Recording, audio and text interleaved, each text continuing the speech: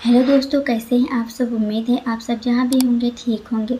अगर आप ये स्टोरी पहली बार सुन रहे हैं तो इसे पूरा समझने के लिए आपको इसका पिछला पार्ट जरूर देखना चाहिए। अरमान गुस्से से चीखते हुए कहता है, समझ नहीं आता तुम्हें, तुम्हारे डैड मर चुके हैं और आखिर तुम्हारी हिम्मत कैसे हुई हमारे रिश्ते को ख़त्म करने की बात भी कहने की।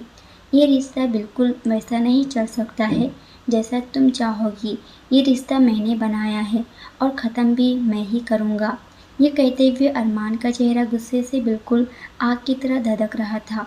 वहीं कनिका का दिल अरमान का ये रूप देखकर बिल्कुल ही काँप उठती है। कनिका को इस वक्त अरमान में कोई भयानक खूंखार भेड़ दिखाई दे रहा था और उसके शरीर के एक एक रोंगटे खड़े हो चुके थे। अरमान गुस्से से कनिका को देख रहा था। कनिका बेड पर से खड़े होने की कोशिश करने लगती है। कनिका की दोनों हथेलियां बेड पर टिकाए हुए थी और उसकी आंखों से आंसू बह रहे होते हैं। तुम्हें एक बार में मेरी बात समझ नहीं आती। मैंने जब कह दिया कि तुम कहीं नहीं जाओगी, इसका मतलब है कि तुम्हें कहीं नहीं जाना है। अरमान कनिका को देखते हुए गुस्से से बोला। अरमान की बातें सुनकर कनिका की आंखों से आंसू की नदी की तरह बह रहे थे। कनिका लड़खड़ाते हुए जुबान के साथ अरमान से बोली, पर मुझे मेरे डैड से। कनिका इतना ही कह पाती है कि तभी अरमान कनिका को देखते हुए कहता है, तुम्हारे डैड मर चुके हैं समझी, और मैंने कहा था कि तुम 15 मिनट से ज़्यादा उनसे नहीं मिल सकती। तुम्हें जितना वक्त दिया गया था तुमने अपने डैड के साथ बिता लिया। अब उनके पास जाने की कोई जिद नहीं करोगी, और अगर तुमने जिद की तो मैं तुम्हारे ओठों से उनका नाम भी हटा दूंगा। अरमान की बातें सुनकर कनिका रोते हुए उसे देखने लगती है।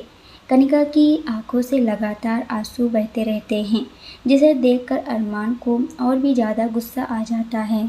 क्या तुम भूल गई हो, मैंने तुमसे कहा था कि तुम्हारी आंखों से एक भी आंसू नहीं गिरना चाहिए। अपने आंसू साफ करो, अरमान ने बिना किसी भाव के साथ बोला। कनिका को अब अरमान की बातें सुनकर बहुत गुस्सा आता है। वो गुस्से से बेड से खड़ी होती है और अरमान पर चिल्लाते हुए कहती है, तुम इतने पत्थर दिल कैसे हो सकते हो। मेरे डैड इस दुनिया में नहीं हैं और तुम कह रहे हो कि मैं आंसू भी ना बहाऊं। मुझसे ज़्यादा बदकिस्मत कौन होगा जो अपने डैड की मौत पर आंसू तक नहीं बहा सकता। प्लीज़ ऐसा मत करो। प्लीज़ मुझे मेरे डैड से मिलने जाने दो। प्लीज़ मुझे कुछ दिन के लिए शर्मा हाउस में रहने दो।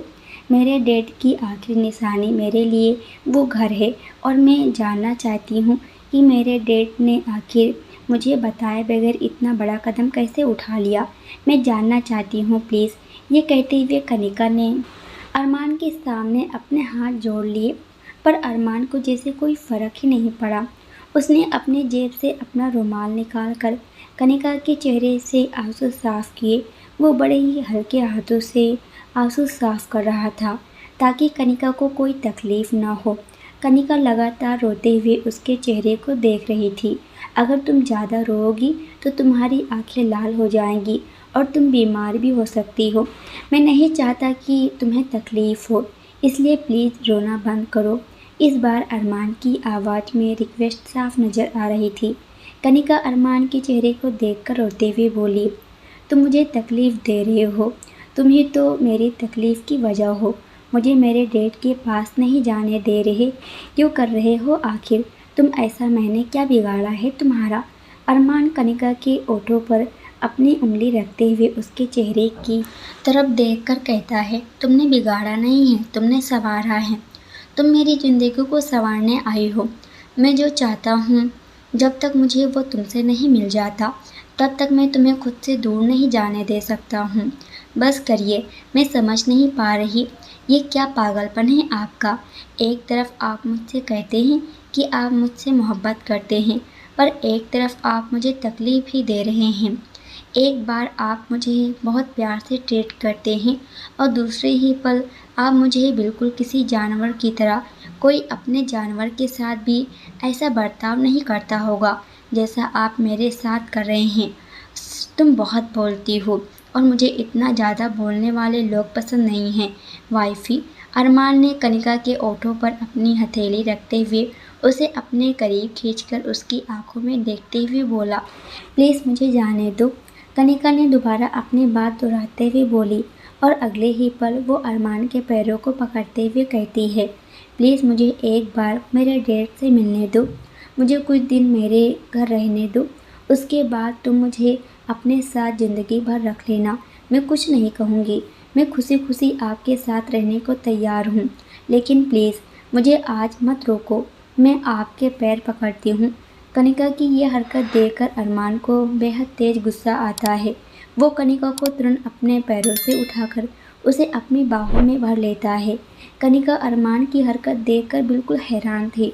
अरमान ने कनिका के चेहरे को देखा, फिर बिना कुछ कहे उसे लेकर वॉशरूम की तरफ बढ़ने लगता है।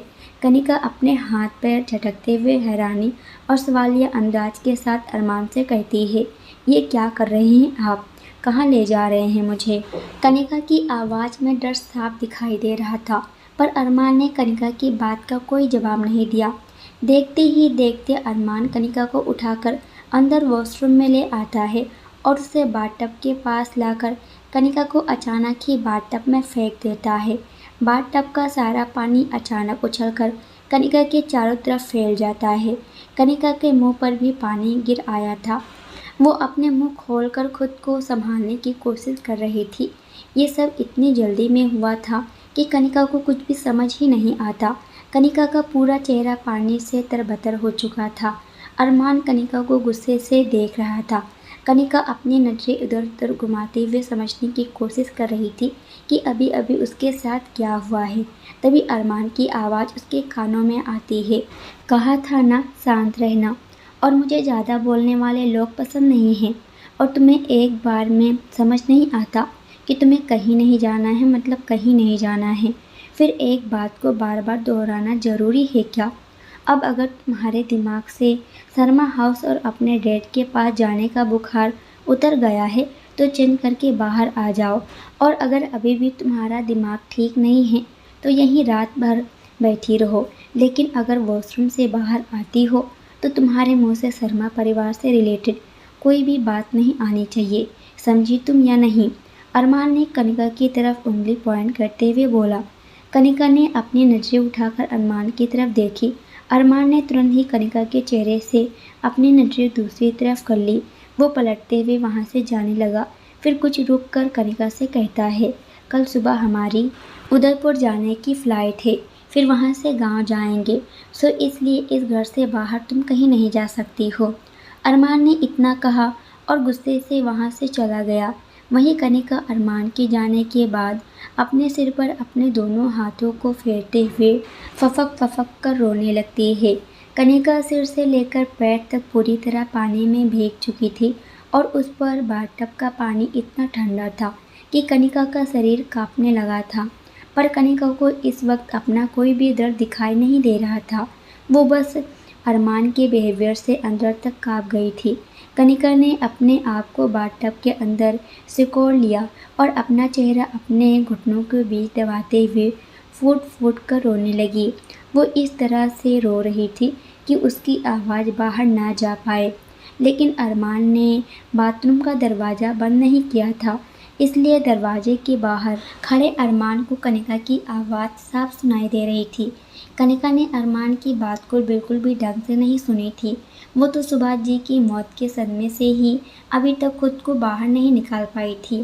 किसी भी बात को समझने और सुनने की उसमें बिल्कुल भी हिम्मत नहीं बची, और उस पर अरमान का ऐसा बिहेवियर देखकर उसे अपनी किस्मत पर सिर्फ और सिर्फ रोना आ रहा था। कनिका के रोने की आवाज़ सुनकर अरमान ने अपनी आंखें बंद की और उसकी आंखों के किनारे से कुछ ही देर में आंसू की 2 बूंदें लुढ़क कर गाल पर आ जाती है। अरमान कुछ देर तक चुपचाप वहाँ खड़ा रहा, फिर अपनी आंखें खोलकर एक बार के लिए अपने कदम वापस वॉशरूम की तरफ बढ़ाता है। फिर खुद को रोकते हुए वो अपने आप से कहता है, I am sorry wifey, but मैं तुम्हें नहीं खो सकता। बस आज रात की बात है, कल सुबह मैं तुम्हें यहाँ से बहुत दूर ले जाऊँगा, और अगर पॉसिबल हुआ तो तुम्हें यहाँ कभी वापस लेकर नहीं आऊँगा। पर फिर भी अगर तुम्हारी किस्मत अच्छी हुई है और हम दोनों का साथ हमेशा हमेशा के लिए लिख गया होगा तो मैं तुम्हें शर्मा हाउस भी लेकर जाऊँगा, पर गांव से आने के बाद ये कहते हुए अरमान ने एक बार वॉशरूम के डोर की तरफ देखा और फिर रूम से बाहर की तरफ निकल गया, जबकि वॉशरूम में बैठी कनिका रोते रोते ही कुछ देर में ही बेहोश हो गई थी। रात के करीब 4 बज रहे थे।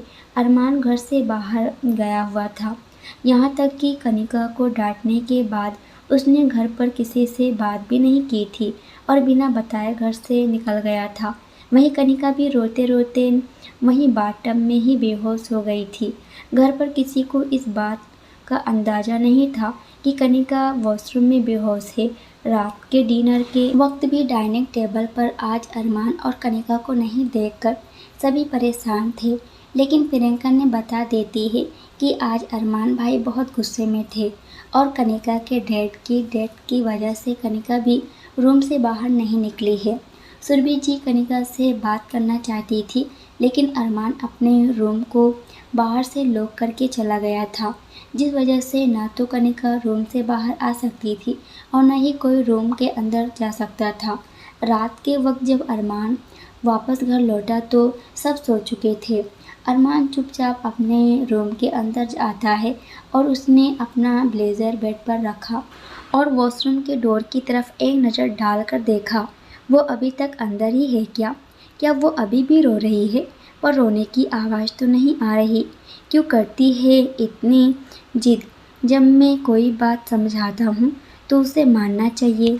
इतना कहते हुए अरमान ने अपने कदम वॉशरूम की तरफ बढ़ा दिए, क्योंकि वॉशरूम से कनिका की कोई भी आवाज़ नहीं आ रही थी और अरमान का गुस्सा भी अभी तक शांत नहीं हुआ था।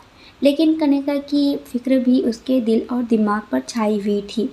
अरमान वॉशरूम का डोर खोलकर जैसे ही अंदर आता है तो कनिका बाथटब के अंदर बेहोश हो चुकी थी। कनिका को इस हालत में देखकर अरमान तुरंत उसके पास भागते हुए आता है। कनिका का चेहरा ठंडे पानी की वजह से काला पड़ चुका था और ओठ भी काले हो गए थे। वाइफी वाइफी, अपनी आंखें खोलो, अरमान कनिका के गालों को थपथपाते हुए बोल रहा था, पर अरमान को कनिका की तरफ से कोई भी रिस्पॉन्स नहीं आता। अरमान ने कनिका को तुरंत ही अपनी गोद में उठाया और उसे लेकर वॉशरूम से बाहर की तरफ आ जाता है। कनिका के कपड़े पूरी तरीके से गीले हो रखे थे। अरमान ने कनिका को ब्लैंकेट से पूरी तरह कवर किया और उसके बालों को टॉवल से साफ करता है। सिट, मुझे तुम्हें अकेला नहीं छोड़ना चाहिए था। ये मैंने क्या कर दिया? Oh no! ये कहते हुए अरमान ने गुस्से से अपना सिर झटक दिया। कनिका का शरीर पूरी तरह ठंडा हो चुका था। अरमान ने घड़ी में टाइम देखा तो इस वक्त 4 बज रहे थे। घर में किसी को वो कुछ कह भी नहीं सकता था और इस वक्त किसी डॉक्टर को भी घर पर नहीं बुला सकता था। उस पर कनिका के गीले कपड़े देखकर अरमान और भी ज़्यादा परेशान हो रहा था। अरमान ने एक पल के लिए कनिका के चेहरे की तरफ देखा, फिर वो तेज़ी से वार्डरोब से कनिका की नाइट ड्रेस निकाल कर ले आता है। अरमान ने कनिका के शरीर से ब्लैंकेट को हटाया। कनिका का शरीर ठंड से काँप रहा था। हालांकि कनिका बेहोश थी, लेकिन फिर भी वो बेहोशी में भी कुछ बड़बड़ा रही थी। अरमान के माथे की लकीरें तन गई थी।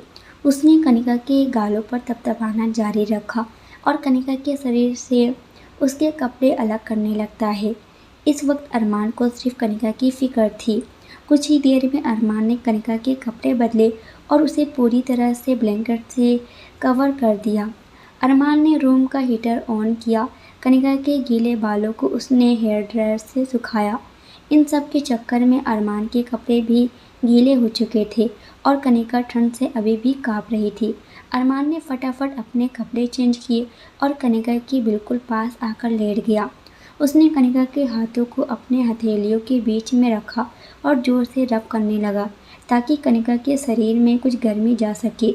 वहीं उसने कनिका को भी उसकी कमर से पकड़कर अपनी तरफ खींचा और कनिका को बिल्कुल अपने सीने से लगा लिया, या ये कह सकते हैं खुद से चिपका लेकर खुद की गर्मी देने लगा। अरमान इस वक्त कनिका को किए हुए सारे वादे, कॉन्ट्रैक्ट के सभी नियम, शर्त सब कुछ भूल चुका था। उसे इस वक्त सिर्फ कनिका की फिक्र हो रही थी। हालांकि कनिका की इस हालत का जिम्मेदार भी वो खुद को ही मान रहा था। उसने ही तो कनिका को बाथटब के अंदर फेंका था और वही कनिका को अकेले वॉशरूम में छोड़कर वहाँ से गुस्से में चला गया था, जिसके बाद ही कनिका की ये हालत हुई थी।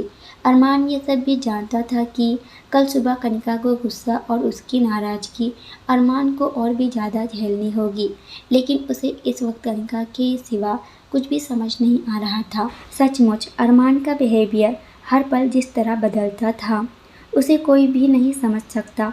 कभी अरमान कनिका के लिए बेहद पजेसिव हो जाता, तो कभी कनिका को इस तरह ट्रीट करता जैसे कनिका उसके लिए कुछ है ही नहीं। किसी किसी पल अरमान कनिका की इतनी फिक्र करता जैसे वो ना जाने कनिका से कितना प्यार करता है, और कभी कनिका को रोते तड़पते हुए छोड़ देता था। अरमान के सीने से लगने के बाद कुछ देर में ही कनिका की कपकपाहट बंद हो गई। कुछ वक्त बाद कनिका के चेहरे को अपने सीने से दूर करते हुए उसके माथे को प्यार से चूम कर परेशान होकर कहने लगता है, वाइफी, तुम्हें मेरे सामने जिद करने की क्या ज़रूरत है, जबकि तुम जानती हो कि मैं तुम्हारी जिद पूरी नहीं कर सकता। तुम आखिर क्यों मेरे प्यार और मेरी खामोशी का इस तरह गलत फ़ायदा उठाना चाहती हो? मेरी जान, तुम अभी अपने डैड की असलियत को जानते तक नहीं और उनके लिए आंसू बहा रही हैं।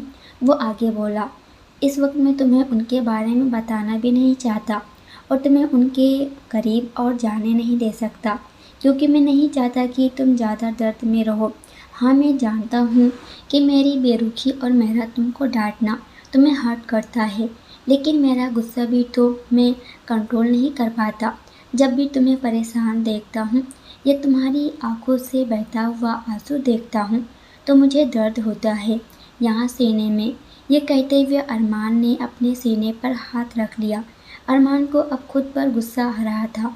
उसने कनिका के साथ जो कुछ भी किया था, उसके लिए अरमान को बहुत बुरा लगता है।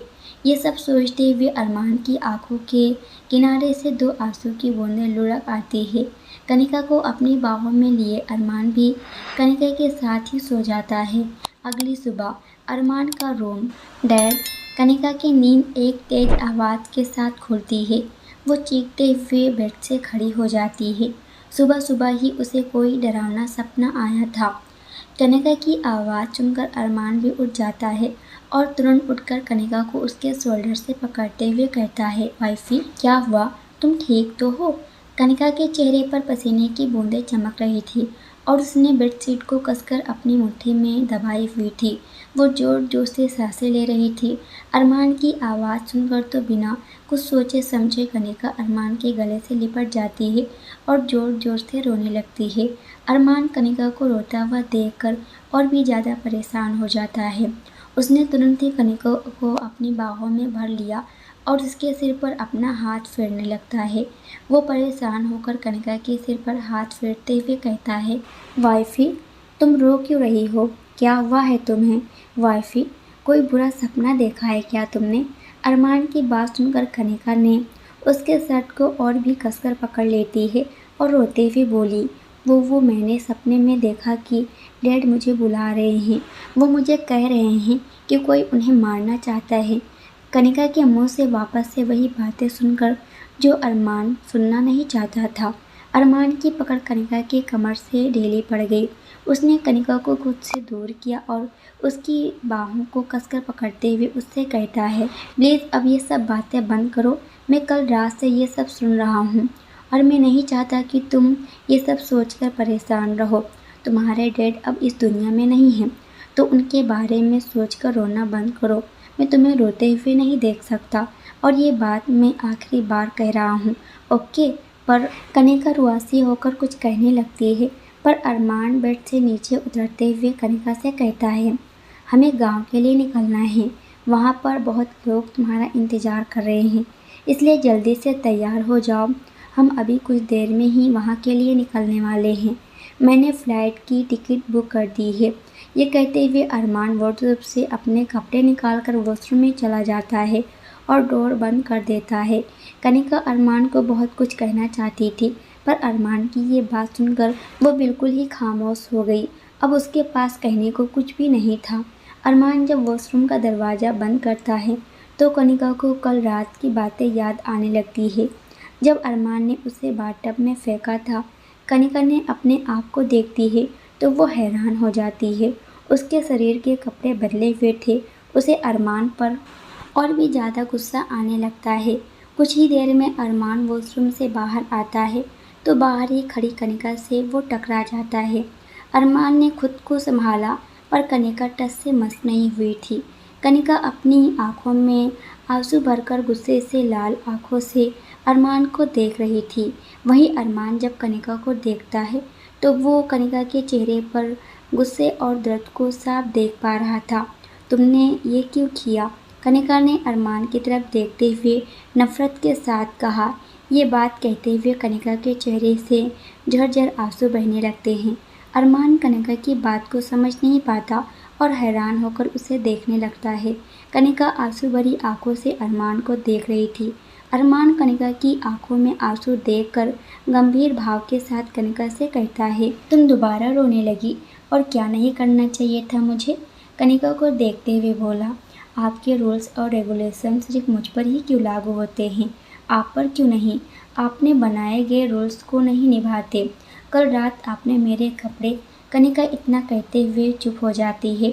उसकी आंखों से आंसू नीचे गिर जाते हैं। अरमान ने कनिका की बात सुनकर कुछ पल के लिए खामोशी बनाए रखी, फिर अपने हाथ में पकड़े हुए टॉवल से अपने बालों को साफ करते हुए ड्रेसिंग टेबल के सामने आकर खड़ा हो जाता है और कनिका अभी भी अरमान को देख रही थी।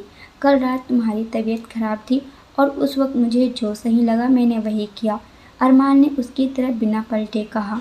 कनिका उसकी बात सुनकर उसे देखते हुए कहती है, तबीयत खराब थी तो मैं मर नहीं जाती, और जो कल रात मेरे साथ हुआ उसके जिम्मेदार भी तुम ही हो। मैं अपने डैड से उनके आखिरी वक्त में नहीं मिल पाई। तुम्हारी वजह से आज मैंने अपने डैड को भी खो दिया। अब मेरे पास तुम्हारे साथ रुकने की कोई भी वजह नहीं है, इसलिए मैं तुमसे तलाक चाहती हूँ। मुझे तुम्हारे साथ नहीं रहना है, मुझे अभी तलाक चाहिए। कनिका ने अपनी बात ख़त्म ही की थी कि अरमान ने अपने हाथ में पकड़ा हुआ टॉवल पीछे बेड पर फेंका और गुस्से से कनिका के पास आकर उसकी बाहों को कसकर पकड़ते हुए कनिका को पीछे दीवार से लगा देता है। अरमान की आंखें कनिका की आंखों में पूरी तरीके से डूबी हुई थी। अरमान ने कनिका की बाहों को इतना कसकर पकड़ा हुआ था कि कनिका को दर्द होने लगा था। कनिका के चेहरे पर दर्द साफ दिखाई दे रहा था, लेकिन कनिका अरमान को कुछ नहीं कही। वहीं अरमान गुस्से से अपने दांत पीसते हुए बोला, क्या तुम अपने वादों से इतनी जल्दी पीछे हटना चाहती हो? मैंने तुम्हारी मदद की थी जब तुम्हें ज़रूरत थी, और तुमने उस वक्त मुझे ये कहा था कि तुम इस कॉन्ट्रैक्ट मैरिज को समय से पहले ख़त्म करने के बारे में सोचोगे भी नहीं। और तुम्हें अच्छे से पता है कि मैंने तुमसे ये शादी क्यों की है और किन शर्तों पर की है। जब तक मुझे मेरा बच्चा नहीं मिल जाता तब तक तुम मुझे छोड़कर नहीं जा सकती। मैं कनिका की आंखों में आंसू आ गए। वो अरमान की तरफ देखकर कुछ कहना चाहती थी, लेकिन अरमान ने उसे रोक दिया। कनिका के ओठ पर उंगली रखते हुए उसने इशारा किया और बोला, एक और शब्द नहीं, अभी मेरी बात पूरी नहीं हुई है। अरमान की बात सुनकर कनिका चुपचाप उसके चेहरे को देखने लगी। अरमान का दूसरा हाथ अभी भी कनिका की बाहों को कसकर पकड़े हुआ था। और तुम्हारी तबीयत खराब थी, इसलिए मुझे जो सही लगा मैंने वो किया। और अगर मैं तुम्हारे कपड़े बदल भी दिए तो क्या हो गया? तुम्हें मैं पहली बार नहीं देख रहा हूँ, तुम पहले भी मेरे करीब आ चुकी हो, अगर तुम्हें याद हो तो। इतना कहकर अरमान ने कनिका को झटके से छोड़ा और कनिका से दूर हट जाता है। कनिका की बाहों पर अरमान के हाथ के निशान साफ छप गए थे। अरमान कनिका की तरफ देखते हुए बोला, फ़ौरन तैयार होकर नीचे हॉल में पहुंच जाना, वरना मुझे तुम्हें ज़बरदस्ती तैयार करके अपने साथ ले जाना होगा। और जितना जल्दी हो सकता है अपना हुलिया ठीक कर लो, क्योंकि अब मैं कुछ कहूँगा नहीं बल्कि सिर्फ करूँगा। अपने सारे रूल्स और रेगुलेशन में भूल सकता हूँ अगर तुमने मेरी बात नहीं मानी तो। वाइफी। अरमान इतना कहकर रूम से बाहर की तरफ चला गया। जाते वक्त उसने रूम का दरवाज़ा इतनी ज़ोर से बंद किया था कि कनिका की आंखें डर के मारे बंद हो गई। इधर कुछ ही देर में कनिका तैयार होकर हॉल में पहुंचती है। मीरा प्रियंका बाहर गाड़ी के पास खड़े साक्षी जी और सुमित्रा जी का इंतजार कर रहे थे। सुदर्शन जी भी अभी तैयार होकर हॉल में पहुंच गए थे। अरमान ने कल शाम को ही सभी को इन्फॉर्म कर दिया था कि उसने सभी की सुबह की फ़्लाइट बुक कर दी है, इसलिए सभी समय से तैयार हो चुके थे। पर किसी के भी चेहरे पर कोई खुशी दिखाई नहीं दे रही थी। सभी के चेहरे बेहद परेशानी से घिरे हुए दिखाई दे रहे थे। ऐसा लग रहा था मानो उनमें से कोई भी गाँव नहीं जाना चाहता था, पर अरमान की जिद के आगे कोई मना भी नहीं कर सकता था। कनिका जब नीचे आई तो उसने अपने चेहरे पर एक लंबा सा घूंघट लगाया हुआ था और उसे देखकर कोई भी नहीं बता सकता था कि वो कल रात से कितना रो रही है। कनिका ने आते ही सुमित्रा जी और साक्षी जी के पैर छू लेती है। दोस्तों, आज के लिए इतना ही। इसके आगे क्या होने वाला है ये हम देखने वाले हैं अगले वीडियो में। जब तक ये देखिए, वीडियो पसंद आए तो वीडियो को एक लाइक और एक प्यारा सा कमेंट ज़रूर कर दीजिएगा। और अगर आप हमारे चैनल पे नए हैं तो चैनल को भी सब्सक्राइब कर हमारा सपोर्ट ज़रूर कीजिएगा। पूरी वीडियो देखने के लिए आप सभी का बहुत बहुत धन्यवाद।